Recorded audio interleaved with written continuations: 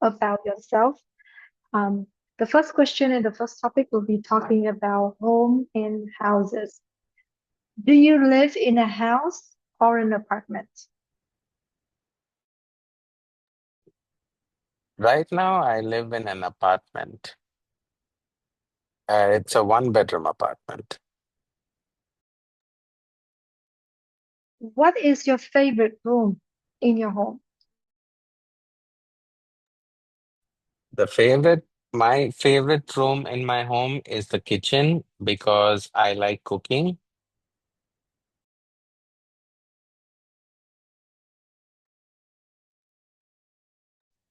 Okay, that's great. And the next question is, have you ever thought about moving to a different place?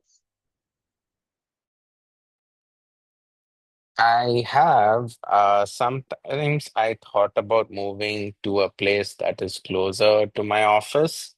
But so far I have not moved and I've stayed in my apartment for a long time. Okay, great. Let's talk about work and study. Do you work or are you a student?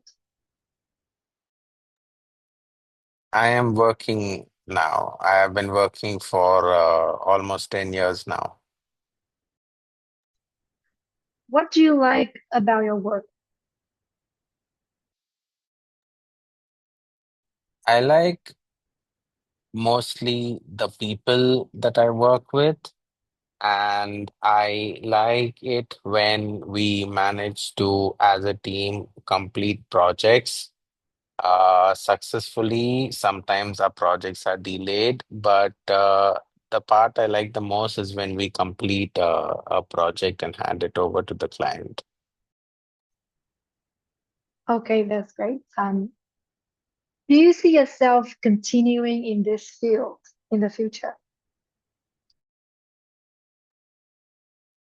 I do. I hope to continue in the same field that I am now because I would like to get to a certain level, senior level. And at some point in the future, I would like to lead my own team in this industry. Let's talk about leisure activities. What do you usually do in your free time? In my free time, I usually read books. I have a lot of books that I own, and I am also part of the library, the very big public library in the country where I stay, which has over 1 million books.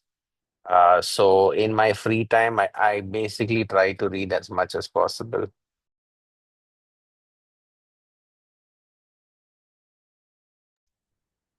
Do you prefer spending free time indoors or outdoors? A little bit of both, but I prefer spending time indoors because the place where I live gets very hot in the summer, and it is very difficult to be outside for more than, let's say, 5 or 10 minutes.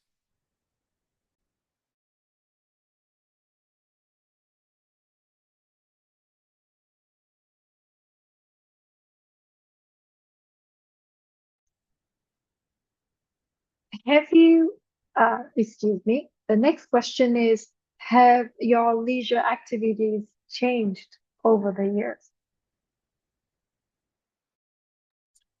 Yes, they have. When I was younger, I used to play a lot of video games. But I seem to have lost interest in video games over time, and I ended up reading more and more books, especially since I discovered some very interesting books that I tried to read more than once. So it is true that over time my leisure activities changed. Okay, thank you very much. And that is the end of part one of the IELTS speaking test. We will now be moving on to part two. I will be sharing with you my screen where I will show you a cue card. You will have 1 minute to prepare. You can take notes if you need to, and then you have 2 minutes to speak. I will tell you when the time is over. So just give me a thumbs up when you're ready.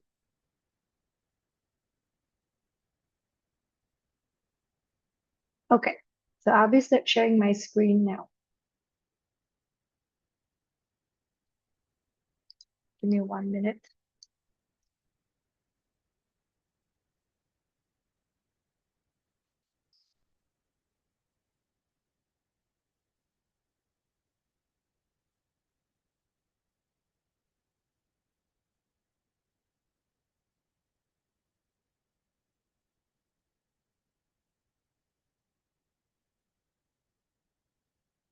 Can you tell me if you can see? Give me a thumbs up. You can see my screen.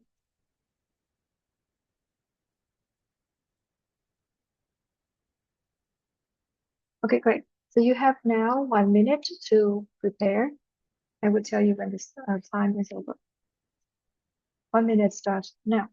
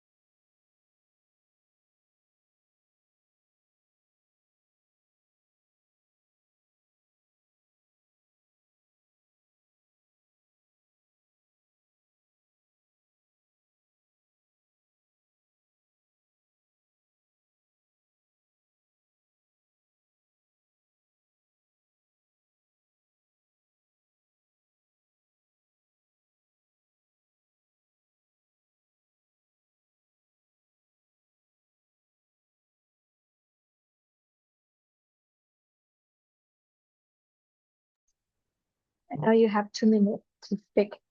You have 2 minutes now. Okay. A place that that I have visited and particularly liked is Istanbul, which is not the capital, but the most popular city in Turkey. I have visited there in 2017 during the summer. I spent about 5 days over there. And to be completely honest, the reason I went to Istanbul was actually for a job interview, which unfortunately I didn't get, but I took the opportunity to spend about 4 extra days in Istanbul, which turned out to be one of the best trips that I have taken in my life. And I do like to travel a lot. Um, what I did there was I ate a lot of food, local food. I was fortunate to meet quite a few really, really nice locals and to be able to go to not just the touristy spots, but also a few local restaurants and parks and shopping areas, other sorts of things that locals really go to. And I liked more to be honest, more than the food, I liked the people who were very friendly, very kind. They didn't see me as a stranger or an outsider. Um, they were happy for me to have a good time in Istanbul. And of course, the food is amazing. I mean, you can, anybody can go to Turkish restaurants all over the world, but I can tell you for sure that it's still not as good as the Turkish food that you get in Turkey. And I hope to go back again one day.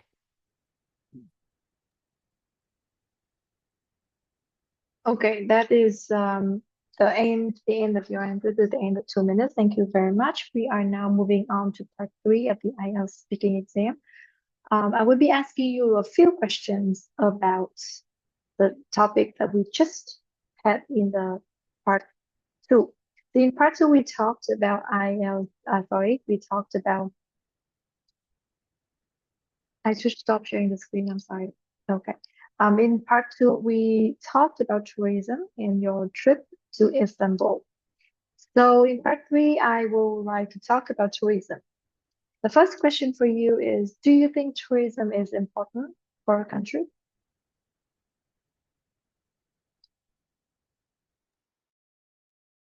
Yes, actually, I think tourism is important. It could be different from country to country, but I think for a particular country to be more internationally recognized, tourism is important.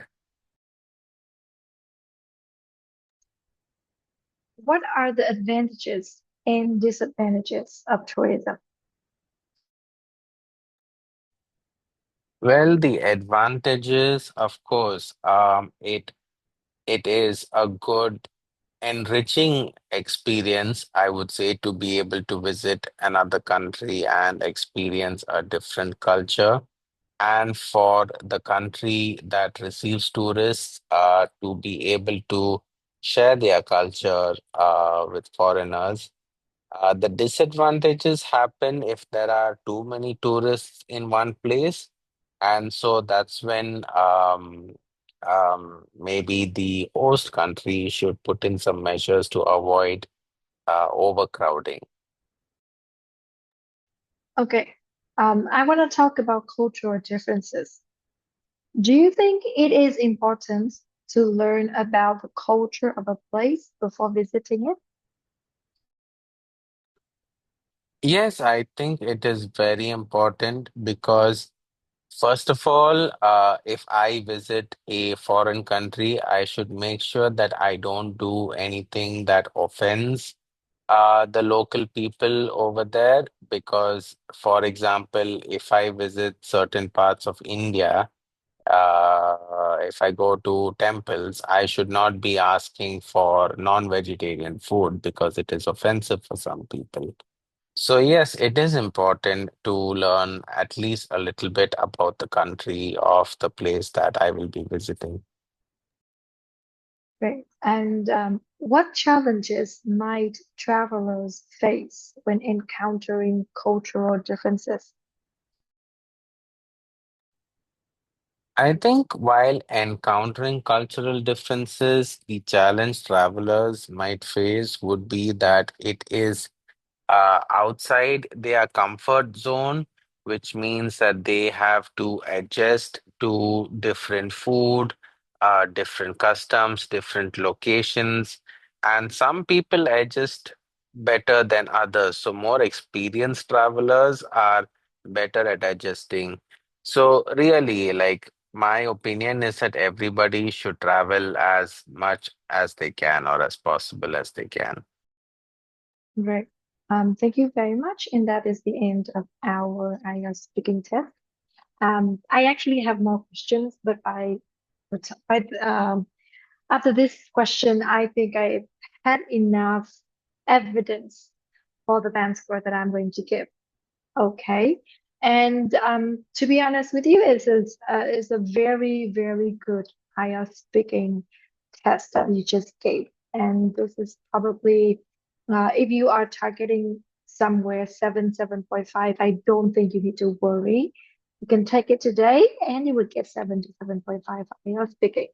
I did not notice any significant mispronunciations in your IELTS speaking answers, and that is a very, very good start.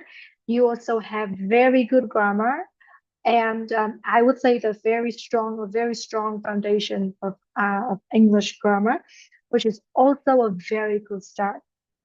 Because if you have been following me, you know that I in IELTS grammar and vocabulary are two fields that would take the most amount of time to improve, which is why we focus more on the strategies so that you can um, get the band score that you need with what you already have. And I think this is a very good um, IELTS speaking test that you just gave. Now, I would give you a few comments on your answer so that other people can also learn from this. The first comment is about um, the part one, where you got questions about homes and work and study and leisure activities. At the beginning of the test, your answers were a bit too short. and were like you stopped to answer too abruptly.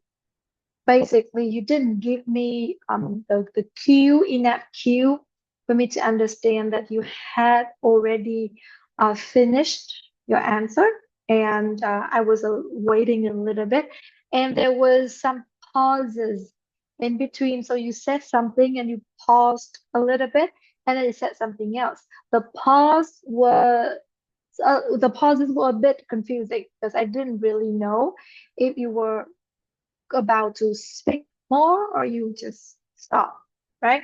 So again, I would like to take this chance to talk about pauses in IELTS speaking. I think I talked about this in the master class that I did about IELTS speaking before. Now, pauses are accepted 100%, but you need to pause with strategies, okay? Pausing to show that you are thinking, to organize your ideas is okay. But pausing and making other people, the other person, basically, in this case, we are talking about the examiner, to think that you are trying to think of vocabulary and you don't have the grammar to speak, that is bad. So pausing a little bit, not too long, not too short, enough for you to organize your ideas. That's good. Okay? But we need to pause strategically. I have problem with that word, strategically. Anyway, so there are a few places where you can pause. For example, after giving an answer, after giving a direct answer to the question, you can pause a little bit for the examiner to digest what you just said, and then you continue talking. This is also very good for your communication in the future. In the future, don't speak too fast. In communication, don't speak too fast, don't speak too slow. Pausing is also very good if you know where to pause and how long you should pause. Okay? And I think that you did so much better toward the end of the exam. In the beginning, probably you were a little bit too anxious, so you didn't feel like yourself. But the more you spoke, the better you got. I am very happy with that. So you repeatedly used some words in part one. For example, very, and when we were talking about your favorite room, you kept using the word favorite, and you kept using the word like, even though I know you know more words than that. I would like to remind you guys of the repetitions in IELTS speaking and also IELTS writing. Repetitions, normally we avoid repeating words, okay? Especially words that have so many different synonyms, like the word favorite, the word like. Instead of say I like, there are many other ways for you to say the same thing, right? So we only repeat words if, first of all, we don't know any synonyms. In this case, I don't think you don't know any synonyms of like. So you could have used other like other words. But again, I understand that in the beginning of the exam, probably you felt a little bit too anxious to speak. So probably that's the reason. Okay.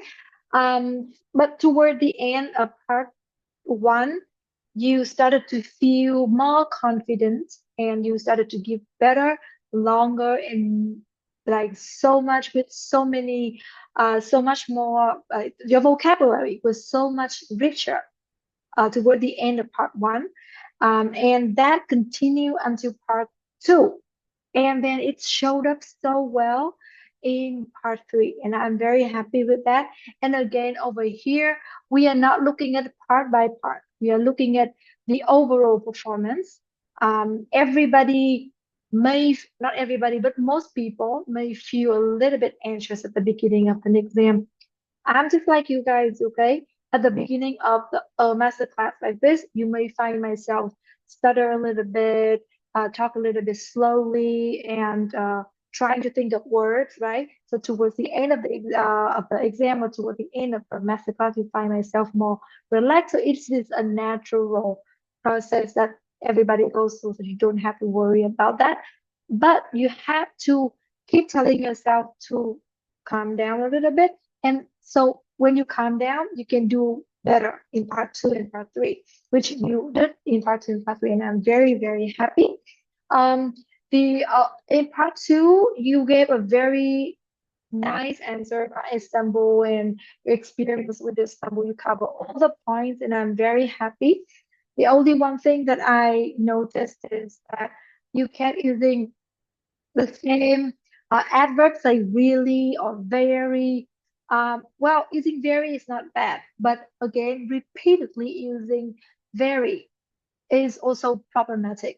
I am not going to stop you guys from using the word very because it is very important. Very, a very important word. Okay. Very is very common. But in IELTS speaking, we try our best to not repeat common words over and over again. Even high level words, if you repeatedly use them, that is not going to do very well for you.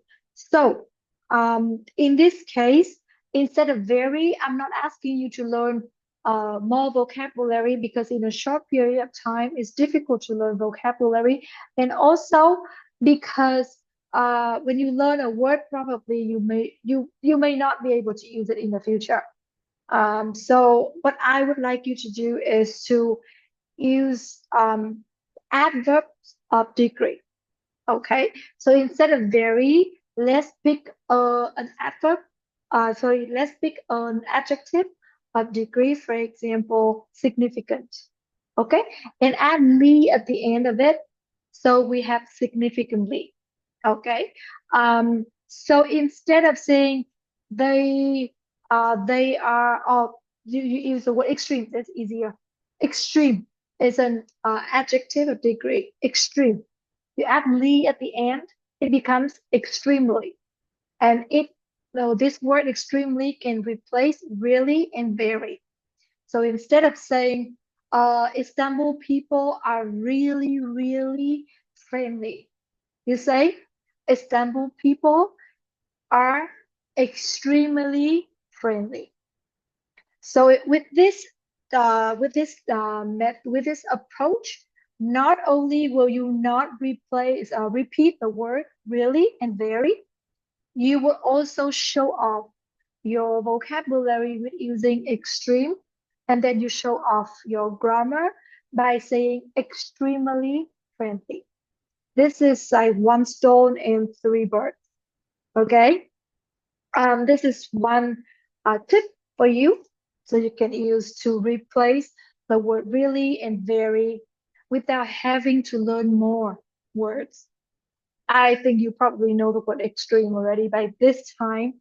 By at this point of time, I think we already know what the word extreme means, and significantly, remarkably, something slightly, something like that, right? We can add "ly" at the end of the adjective, then we have the words, and we can show off our vocabulary and our grammar, and we avoid using very and really. Okay.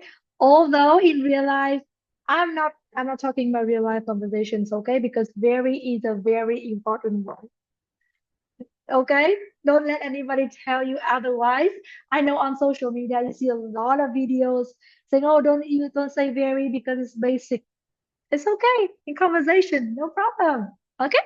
Um, Now, toward the end of your exam, in part three, you use very good vocabulary, and I am very happy. For example, you say internationally recognized or enriching experience.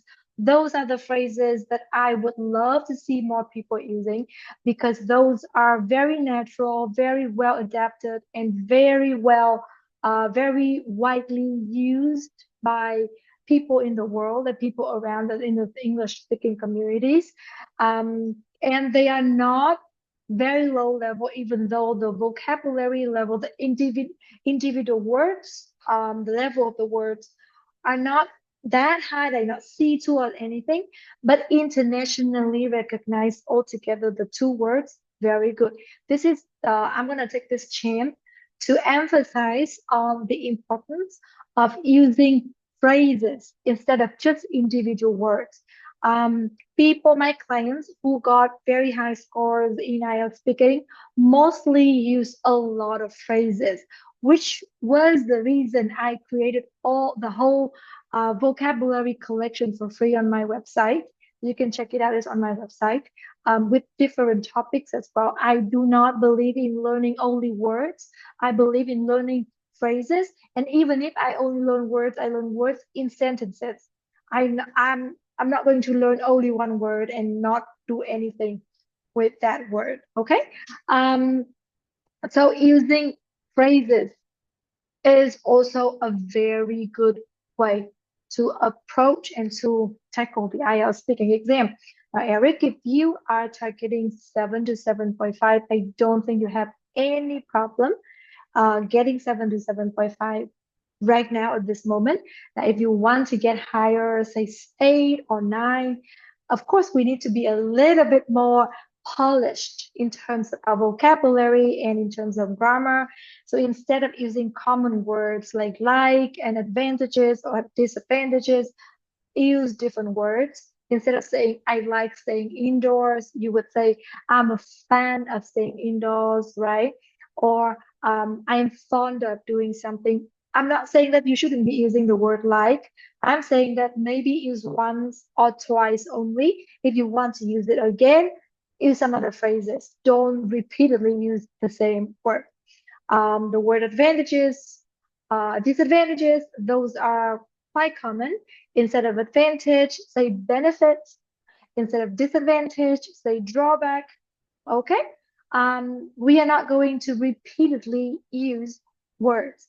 We use it once or twice, and then we switch to synonyms or different ways to use it. Different vocabulary, different words, basically. Okay, but I'm very happy. Now, to break down your score for pronunciation, I would give you an 8. I still could hear a little bit in terms of your, because I can hear the struggle, not the struggle, but how do I put it?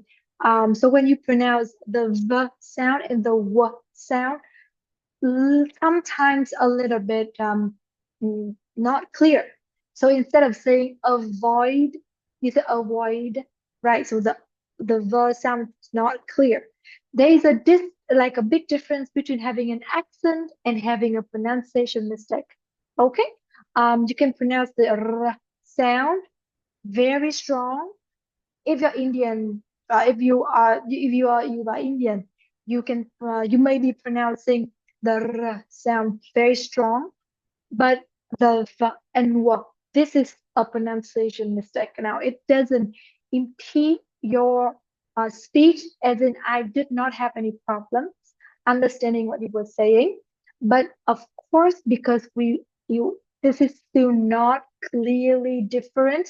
The two sounds were not clearly different.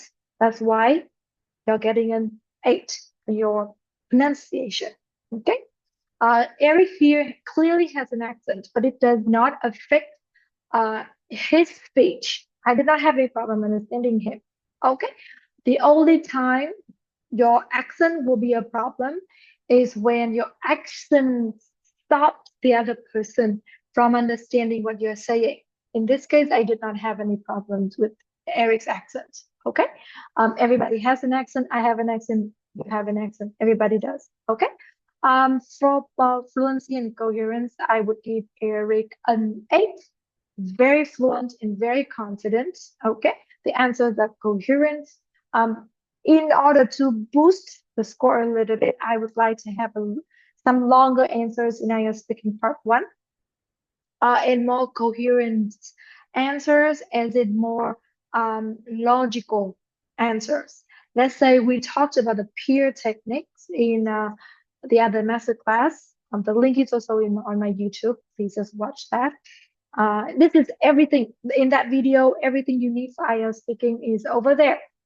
Just watch that video. But we talked also about the peer technique, the point, explanation, example, and restatement. Eric also followed that in part 3. But in part 1, you were a little bit, I think, still anxious. So kind of slipped your mind, maybe. Uh, all right. And for vocabulary and for grammar, I am giving you 7 each. So overall, you are getting 7.5. I am speaking. Okay. For vocabulary, if you want to improve a little bit more, I would like you to again use more vocabulary and expand your grammar range. Okay. Instead of using over and over again the same grammar that you're using, use more. And I would like you to make comparisons, use more related speech, reported speech, use passive voice. Okay, so those are the points that you probably can use. I know you can to enrich your grammar bank so that you can get a better band score for IELTS in terms of vocabulary and grammar. Okay. Um, Right. So that's for Eric. Thank you so much for giving us such a good um, test. Okay. Does anyone want to come next? Olga, do you want to come next? We will be, since we don't have so much time left, shall we just have a like a 15 minutes? Yes. Okay. Very good. I'm very happy. So you know the concept, right? We are going to, I'm going to do the same thing for you as I did for Eric. Okay. So let's talk. This is part one of the IELTS speaking exam. Okay. What we just start from the beginning. Yeah. This is ABC. This is the IELTS speaking test. What is your name?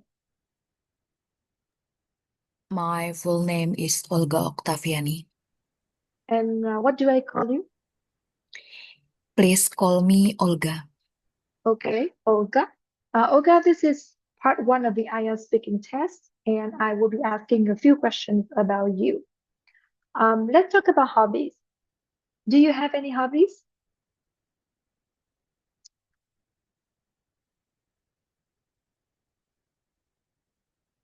You are on mute. Yes, I have hobby. My hobby is swimming Okay. And why do you enjoy it? because when I'm swimming, I can release my stress of work and my feeling get happy. Mhm. Do you think having hobbies is important? Yes, I think having hobbies is important because if we have hobby, we can enjoy my spare time if we have more time to do. Okay. Let's talk about food. What is your favorite type of food? Actually, I like fried rice because it's very delicious.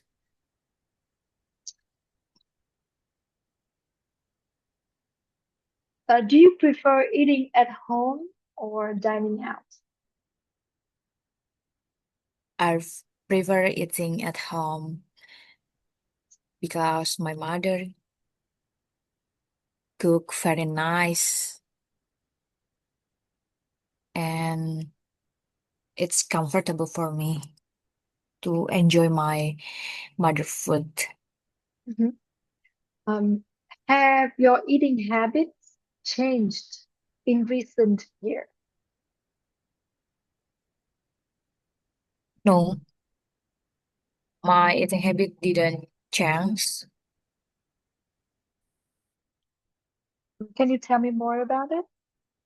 What do you often eat on a daily basis?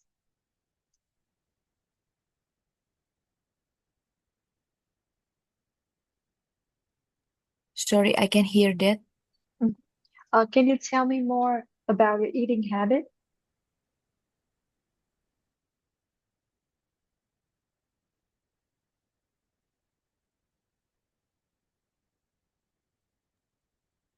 About eating habit, I have 3 times eat in one day, morning, afternoon, and sometimes in evening.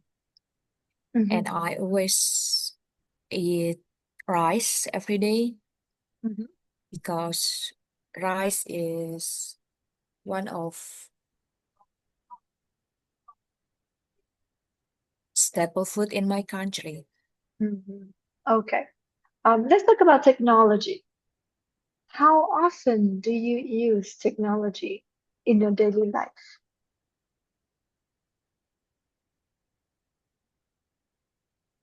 I often use technology in my life.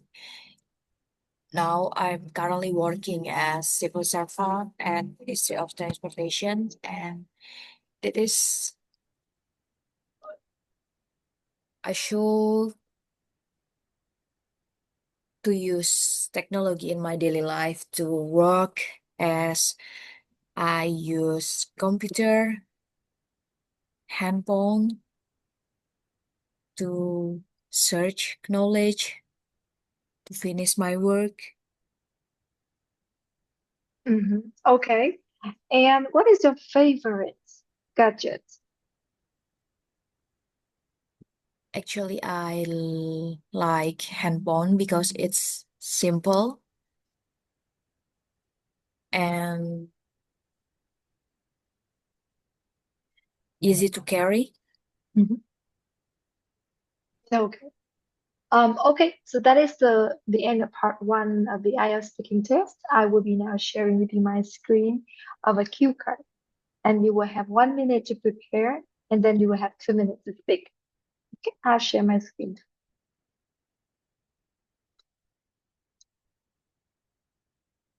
Can you see my screen?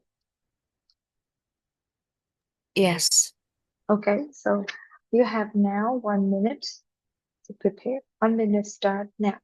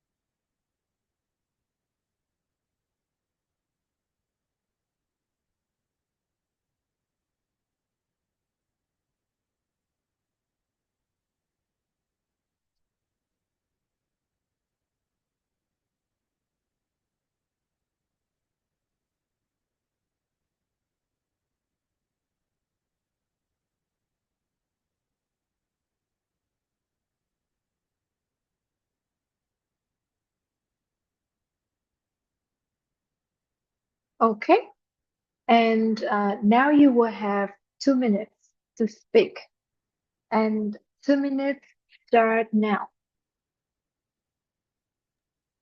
The historical event that I studied and was very interesting was about a female hero in my country. Her name is R.A. Kartini. She is a female hero in my country. She fought for woman emancipations,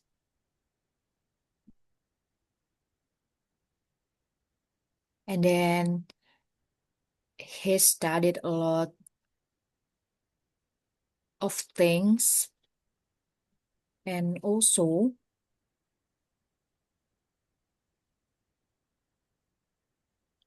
she's fighting for women rights, and it's very inspired me. In historical event of R.A. Kartini,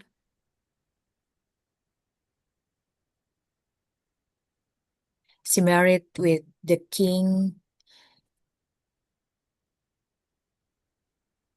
but she's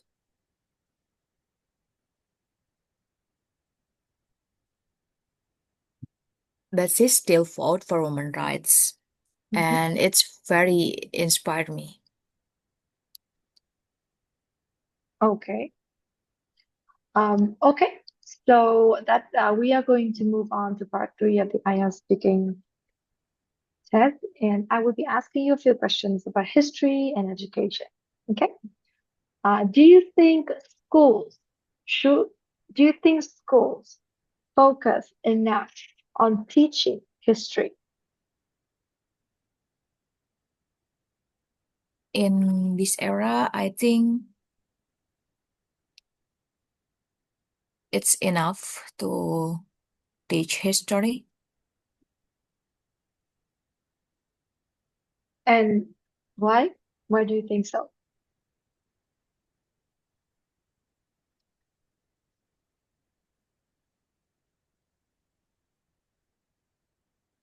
because there are many objects to learn the history.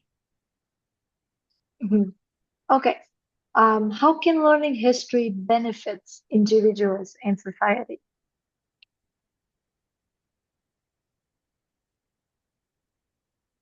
Uh, so we can know a lot about history, and also we can remember about the past moment. Mhm. Okay. And why do you think preserving cultural heritage is important?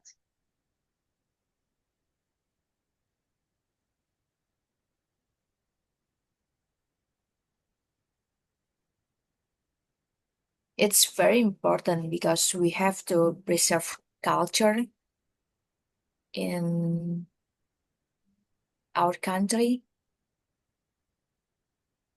and it must not become extinct. Mhm. Okay. Great. So that is the end of our speaking test. How do you feel? I feel bad. No, I mean, do you feel anxious or is it the first time that you've ever given an IELTS speaking test? Yes, actually, I just use web or AI. Uh-huh. This is my first time Mhm. I'll speaking test with another people, and Uh-huh. thank you so much for the experience. Okay. So actually, this is what I also what's it that advise people to have? At least have a session. It doesn't have to be with a teacher or the trainer like me. You can just ask a friend and to prepare a test and ask a friend to act as an examiner. So you feel a little bit, uh like feel like it's an actual exam, or you can partner with other people who are also preparing for the IELTS exam to do that. So you read the questions for them, they answer, and vice versa. They read questions for you and you answer. Um, so again, just Olga, just a quick question for you. You want to get 6.5 overall, right? And you need six minimum for each skill. Yes. Mm-hmm. Okay, so we have a little bit of work to do for to get six. Okay. I do not give six for this speaking test. Most probably because this is your first time. So we have a lot more to do, and I believe that with the right strategy, you get there very easily. You already have very good, some sort of experience over here. I will not go into details of what words you were wrong, you used wrong, or what grammar you used wrong. I will give you very general because, in my opinion, the first thing that I am going to give you, the first advice that I'm going to give you right now, is something that you can use to fix right away. Okay? Grammar and vocabulary is something that you may take a lot more time to fix, but these are things that you can fix right away. Of course, I will be giving you some advice about vocabulary and grammar as well, right? Do you feel yourself struggle making sentences in speaking? Now, I'm not talking about writing because in writing you can think. In when you speak, do you find yourself struggle a little bit forming sentences?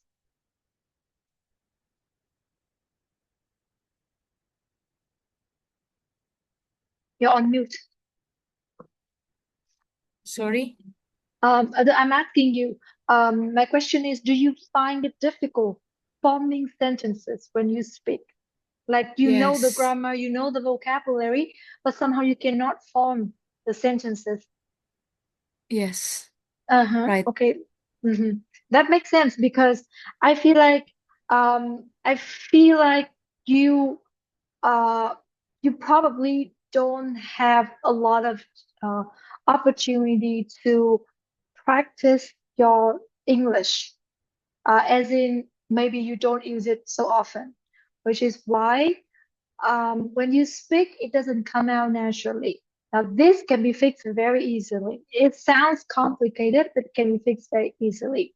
My first advice for you is to fix it by listening to English 20 minutes a day. Okay? Only you don't need to do like an hour or 3 hours a day. No, just only 20 minutes a day. Listening to whatever you want. You already understand English at a high level. You don't have listening comprehension problems, but you have some sort of like you have the knowledge, but you cannot produce sentences yet. So by listening to English every day, 20 minutes, I can guarantee you in 1 month you see a difference. Okay, you see the difference in the way that you speak. By listening, I'm not saying that playing an English song and let it just go play. Okay, I am talking about maybe a video and you watch the videos and you listen attentively, pay full attention to that video for 20 minutes or to that whatever podcast for 20 minutes and you do it every day. I don't normally guarantee anything, but this is what I can guarantee. If you do that 20 minutes a day, every day, you see the difference in a month. Okay, it's very fast because the more you are already having a lot of knowledge about the English language, you just need more exposure. If you don't have the English speaking people around you, no problem. Online, Facebook, TikTok, just watch attentively 20 minutes a day. It's very fast. That's the first thing. The second thing is that I think if I let you write, you probably have better grammar and better vocabulary. But when you speak, you don't have time to think, which is why it's difficult for you to produce sentences. That's why there are many mistakes, but I'm going to focus on the main mistakes only. Okay. Sorry. Now, uh, in part one, the questions are about you. And since the questions are about you, it is so I'm not sure why you feel how to say I'm not sure why I feel like you were not able to express yourself. Probably because you did not find it easy to form sentences or because of what, like because of your lack of information or something. Why did you feel uh challenging or why did you feel difficult to answer questions in part one, Olga?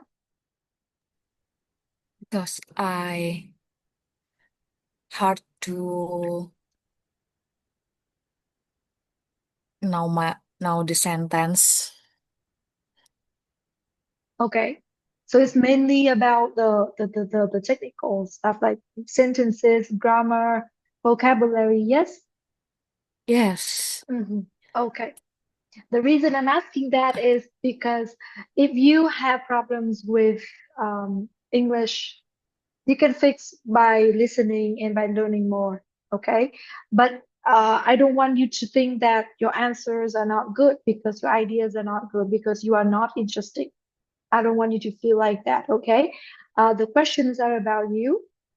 Just need to answer the information about you, and that's it. Don't have to worry that, oh, my answer is not good, I don't sound smart. Nah, okay, nothing like that. Okay? That's the first thing. Now, if you listen to Eric's answer in part one, you will notice that his answers are a little bit longer than your answers. Okay? Eric tends to give extra information, which is absolutely correct. Now, as I said, Eric's answer in part one should have been a little bit longer, but that's fine. Everybody's interest, right? So for example, in question number one, do you have any hobbies? You say, yes, I have hobbies, right? Now imagine you talking to someone who you've met for the first time, and you want to be friends with them. And they'd be like, hey, Olga, do you have any hobbies? And then you'd be like, yes, I have hobbies. And that's it. And you don't say anything more. What does it feel like? It feels like you don't want to talk anymore, right? It feels a little bit awkward. So imagine the examiner as somebody who you met for the first time, and now you want to maybe have a friend, like build a friendship with that one. And that person is asking you some basic questions about yourself, and you are giving information, which is why we are never going to give one word answers or one sentence answer. Something like, do you like reading books? Yes. Do you have any hobbies? Yes, I do. I have hobbies. No, we're not going to do that. We need to explain a little bit more. We need to add some more information, make ourselves sound a little bit more enthusiastic by giving extra information, giving specific information. For example, that was a reason why I asked you why you enjoy your hobbies. Okay. Um, do you have any hobbies? Yes, I have many. I love swimming, reading books, and hiking with my friends. That's it. And as simple as that, we start with some very simple thing, very simple vocabulary, very simple structure. But at least it gets us going.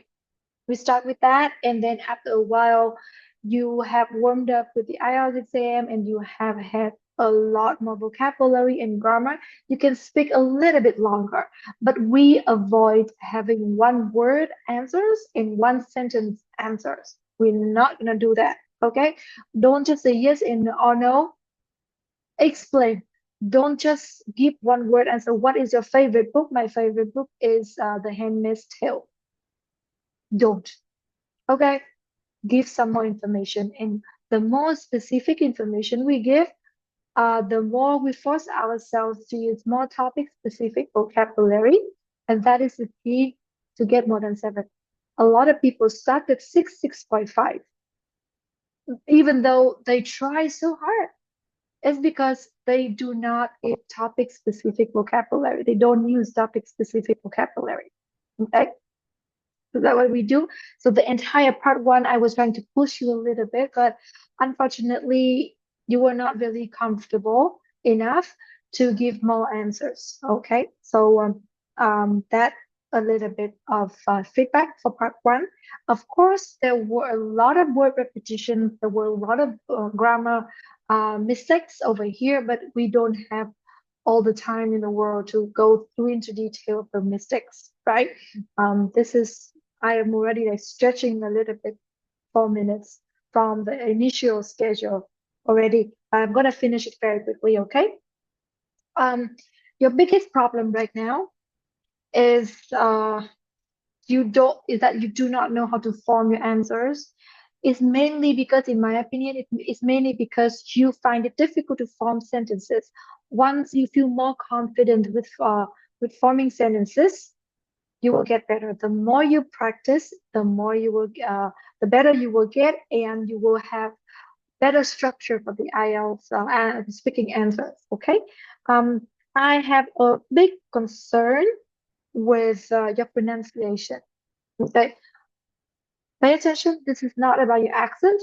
You can have an accent. Eric had an accent, right? But sometimes I found it difficult to understand you because of the mispronunciation, particularly the pronunciation of the sound in phone. Okay, so instead of saying phone, you say phone.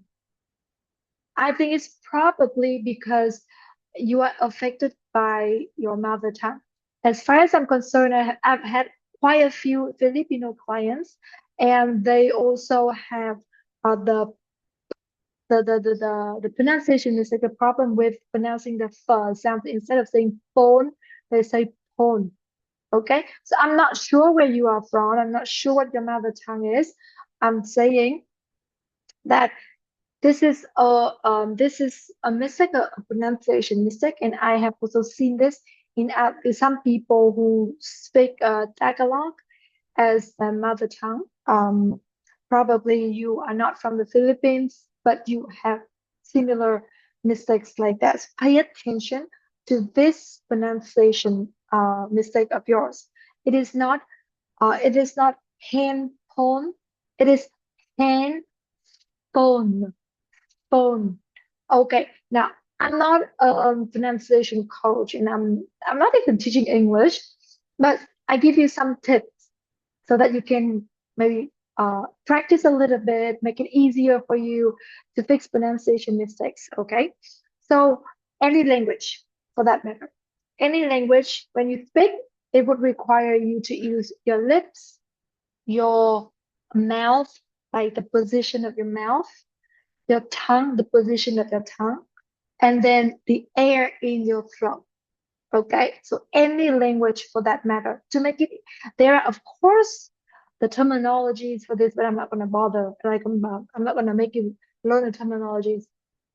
So when you pronounce a word, there is a combination of the position of the shape of your lips, your mouth, position, the shape of your mouth, and the position of your tongue, and where the air coming from.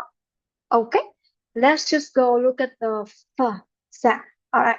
So when you pronounce the f sound in phone, you see the lips, the down lip goes inside a little bit, and the upper teeth outside.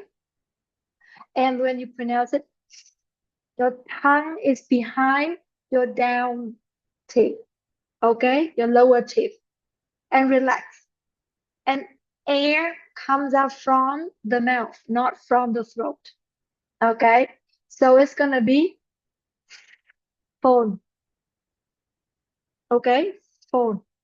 But when you pronounce the p sound, you see my lips. P.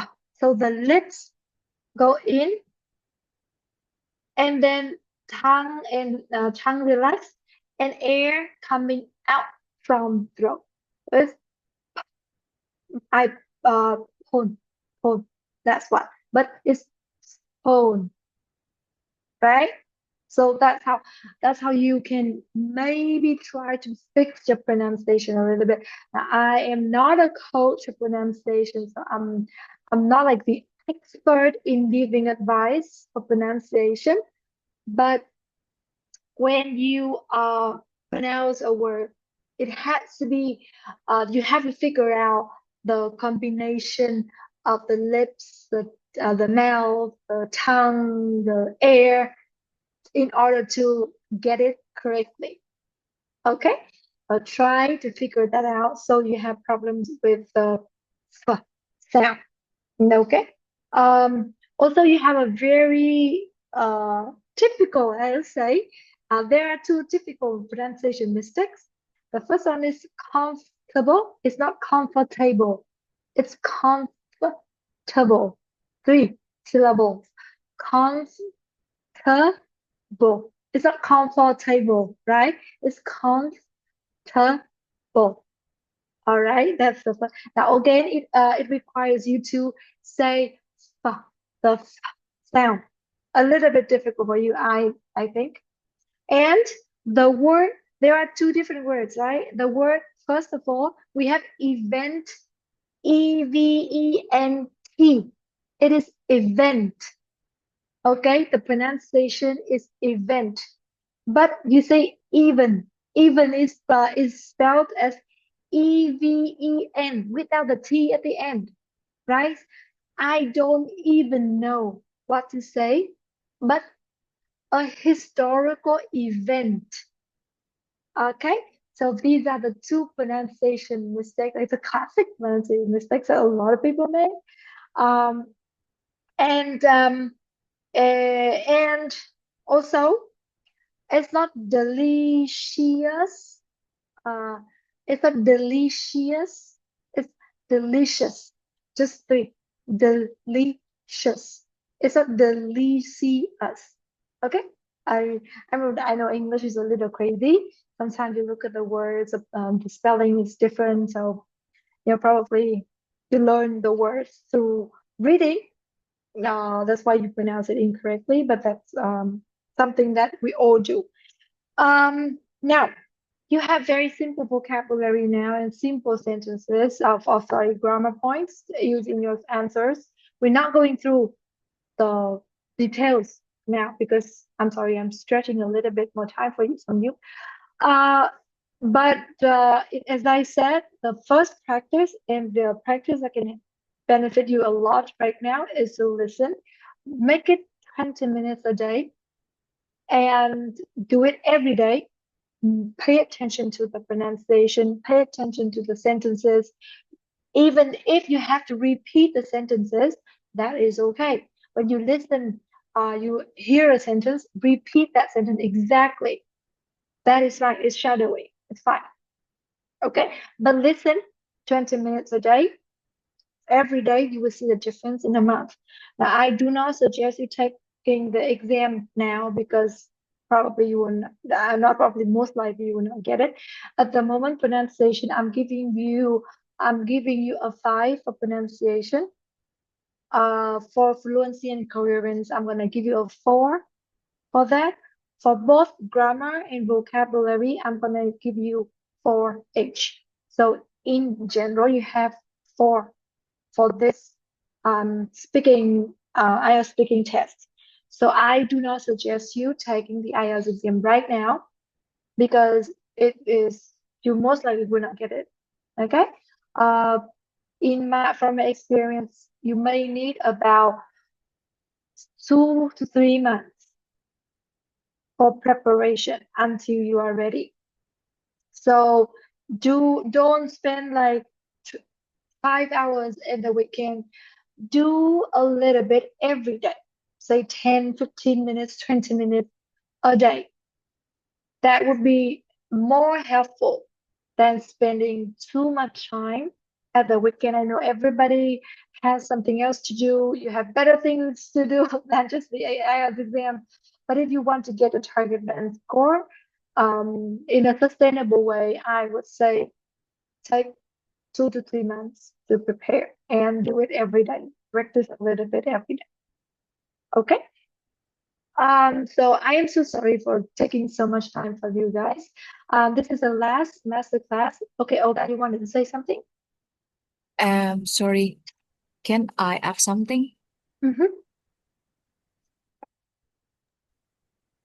Do you think I can reach 6.5 in 3 months? Because I think so, yeah. I I think so. I because I absolutely think so. want because I want to take IELTS on December. December. By December. Yes. Yeah, I think you can. By December, you definitely can. But we have to do with strategies. We are not going to like just blindly go into doing everything everybody's doing, like watching YouTube videos and all. You need to do it with strategies, and I think definitely can with the right strategy, we can definitely get 6.5. Getting 6.5 is much easier than you think. But of course, we need planning. We're not going to do it blindly. Okay, you have I think you are much better than me when I started IELTS many years ago, that you already understood English very well. But when I started English, when I started IELTS about 12 years ago, I didn't understand spoken English very well, and I got six. Of like I didn't practice. I only had quite okay grammar, and my vocabulary was like ah. So yeah, absolutely. By December, you can take IELTS for 6.5. Of course, we need to put some strategies in. Um, don't waste your time and sit around watching videos and all. We need a plan because nobody got time for many months, right? And I have had clients who took IELTS many times and didn't get just because they just watched videos online. This is you need to be more strategic with this. Okay. And how can I join next class? Okay, I was about to talk about this. Okay, so this is the last master class for Band8 challenge. I started this Band8 challenge back in July, back in June, and we have had already four master classes.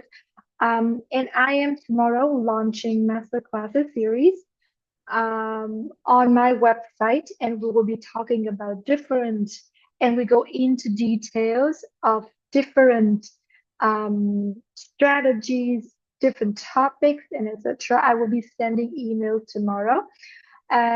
So the next masterclass will be done on the 19th of July.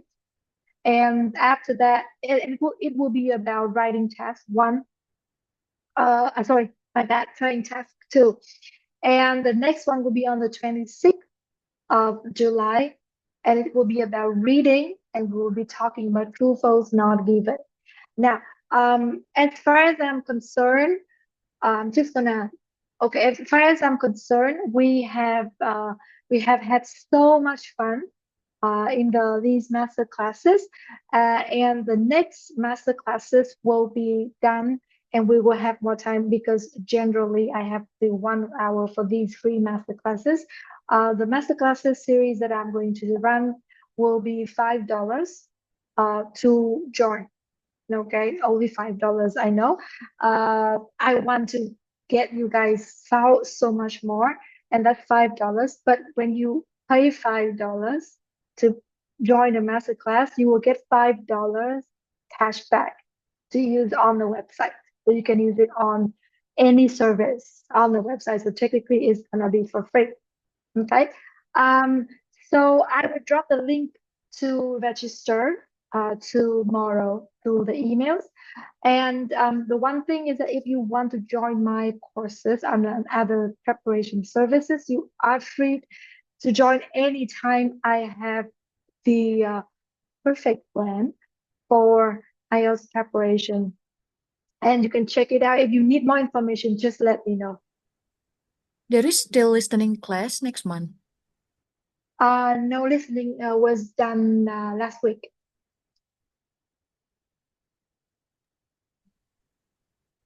What do you mean? I didn't get it. I'm sorry, I didn't get it. Uh, next month there is